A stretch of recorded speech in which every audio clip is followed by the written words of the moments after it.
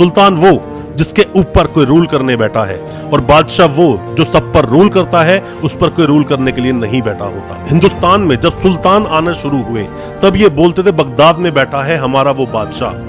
पर जब बादशाहत यहाँ पे सब कायम हो गई, मतलब जो मुगल एम्पायर आया, किसी भी तरह के एम्पायर जब यहाँ पर आके उन लोगों ने रूल करना शुरू किया, तो बादशाह एक नाम सामने आया। बादशाह मतलब उसके ऊपर कोई रूल करने वाला नहीं है।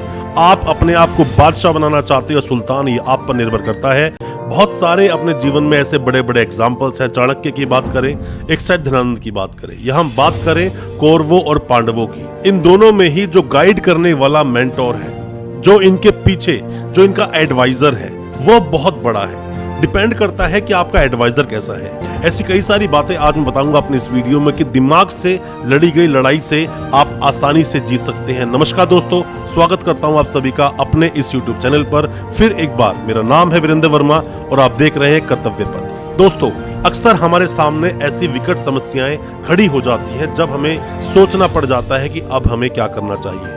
मेरी आप सभी को सिर्फ एक ही एडवाइस है कि जीवन में कोई भी किसी भी तरह का संघर्ष हो, कोई भी लड़ाई हो, जीवन में कुछ भी करना हो, अपने दिमाग के सभी दरवाजे पूर्ण रूप से खोलकर रखें। ऐसी कई सारी बातें जो दिमाग से युद्ध लड़े गए या दिमाग से पूरे उस एम्पायर को बदल दिया गया, उन्हीं में से एक और लड़ाई हुई जब शाहजहां के बेटे औरंगजेब ने ही तख्ता पलट कर दिया।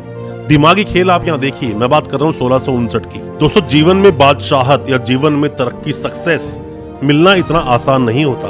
बादशाह बनने में, सुल्तान बनने में बहुत अंतर है दोस्तों। मैं हिस्ट्री का कोई विद्वान तो नहीं, बट हिस्ट्री मैंने उतनी जरूर पढ़ी है जितनी काम की होती, जितने मेरे काम आने वाली है। सुल्तान और बादशाह में आपको फर्क पता करना होगा। दोनों में क्या फर्क है आपको जानना होगा अगर आप जीवन में कुछ करना चाहते हैं। सुल्तान वो जिसके ऊपर कोई रूल करने बैठा है, और बादशाह वो जो सब पर रूल करता है, उस पर कोई रूल करने के लिए नहीं बैठा होता। हिंदुस्तान में जब सुल्तान आना शुरू हुए तब ये बोलते थे बगदाद में बैठा है हमारा वो बादशाह। पर जब बादशाहत यहाँ पे सब कायम हो गई, मतलब जो मुगल एम्पायर आया, किसी भी तरह के एम्पायर जब यहाँ पर आके उन लोगों ने रूल करना शुरू किया, तो बादशाह एक नाम सामने आया। बादशाह मतलब उसके ऊपर कोई रूल करने वाला नहीं है। आप अपने आप को बादशाह बनाना चाहते हो सुल्तान, ये आप पर निर्भर करता है। अगर जीवन में सभी विषम परिस्थितियों में भी आप लड़ पाए, मतलब उन सभी कठिन परिस्थितियों का सामना आप निडर भाव से कर पाए, साथ में ही बुद्धिमान रहे, तो ही उसका सामना कर पाओगे, तो ही आप बादशाह बनोगे।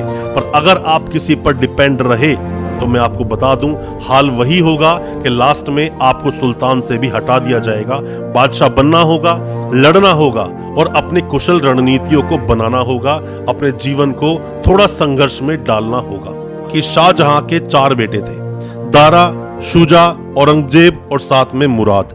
जो दारा था वो शाहजहां के साथ ही आगरा में ही रहा करता था।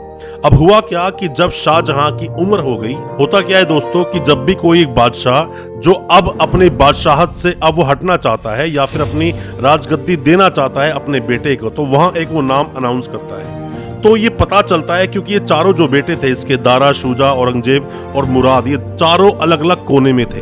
तो वहां जब दारा को वो डिसाइड करता है कि ये अगला बादशाह बनेगा, तो पता चलता है शुजा को, औरंगजेब को, साथ में मुराद को।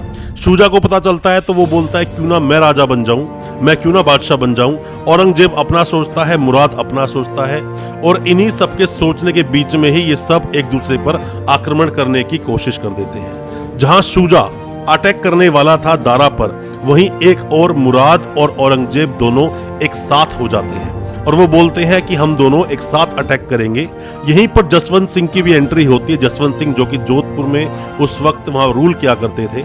तो यहाँ पर होता क्या है कि औरंगजेब ने सारी चाल चली। औरंगजेब ने कुछ ऐसी चाल चली कि मुराद और औरंगजेब एक साथ इकट्ठे हो गए।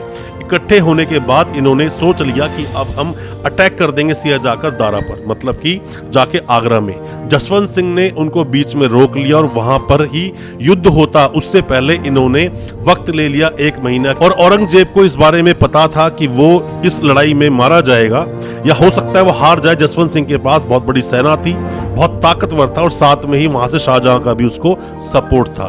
तो उसने चाल चली, उसने चाल ये चली कि भाई मैं तो मिलने के लिए जा रहा हूँ सिर्फ अपने पिताजी से, क्योंकि वो बीमार है, जो शाहजहां था। उसने बोला मिलने आए इतनी बड़ी सेना लेकर, 1 लाख की सेना लेकर, तो उसने कहा कि ठीक है, मुझे 1 महीने का आप टाइम दीजिए ताकि सेना को मैं एडजस्ट कर सकूं, खाने पीने का रहने का इंतजाम कर सकूं, उसके बाद में मिल लूंगा। अब उसके बीच में ही क्या होता है कि जसवंत सिंह का जो सेनापति होता है, उस सेनापति को ये औरंगजेब अपनी साइड कर लेता है और एक दिन पहले, ठीक 1 दिन पहले, उस 1 महीने से, जो 1 महीने का जो समय सीमा दी गई थी, 35,000 की सेना लेकर वो सेनापति यहाँ पे सपोर्ट कर देता है औरंगजेब और मुराद को। लड़ाई होती है जिस लड़ाई के अंदर जसवंत सिंह हार जाते हैं और वहां से वो भाग जाते हैं। अब बात होती है आगे की। ये दोनों मिलकर जाकर दारा पर अटैक करते हैं। अटैक करने के बाद में दारा को जब पकड़ लिया जाता है, मुराद को मार देता है औरंगजेब, और औरंगजेब मुराद को मारने के बाद में दारा का भी सर कलम कर देता है। सर कलम करने के बाद में भेजता है शाहजहां के पास और बोलता है अपने सैनिकों को कि उसको इसका सर तब देना जब वो खाना खाने के लिए बैठे, और उससे पहले दिखाना और बोलना कि आपके लिए औरंगजेब ने एक तोहफा भेजा है। और जब दिखाते हैं ना दोस्तों, तो ऐसा कहा जाता है, हिस्ट्री में ऐसा लिखा है कि कई दिनों तक उसने उल्टियां की थी इस शाहजहां ने, और शाहजहां को उसने तब तक बंदी बनाकर रखा जब तक वो मर नहीं गया। कभी भी औरंगजेब उससे मिलने नहीं गया, सिर्फ लास्ट में गया जब वो मर जाता है शाहजहां, तब जाता है वहां पे आगरा में। उससे पहले वो दिल्ली में ही बैठता है औरंगजेब। सब दिमाग का खेल है दोस्तों, दिमाग से लड़िए, क्योंकि दिमाग ही आपको सही रास्ता दिखाता है, दिमाग ही बताता है क्या सही और क्या गलत, किससे जीतेंगे और किससे आप हारेंगे। ये सब तय करता है आपका दिमाग, आपकी कुशल रणनीति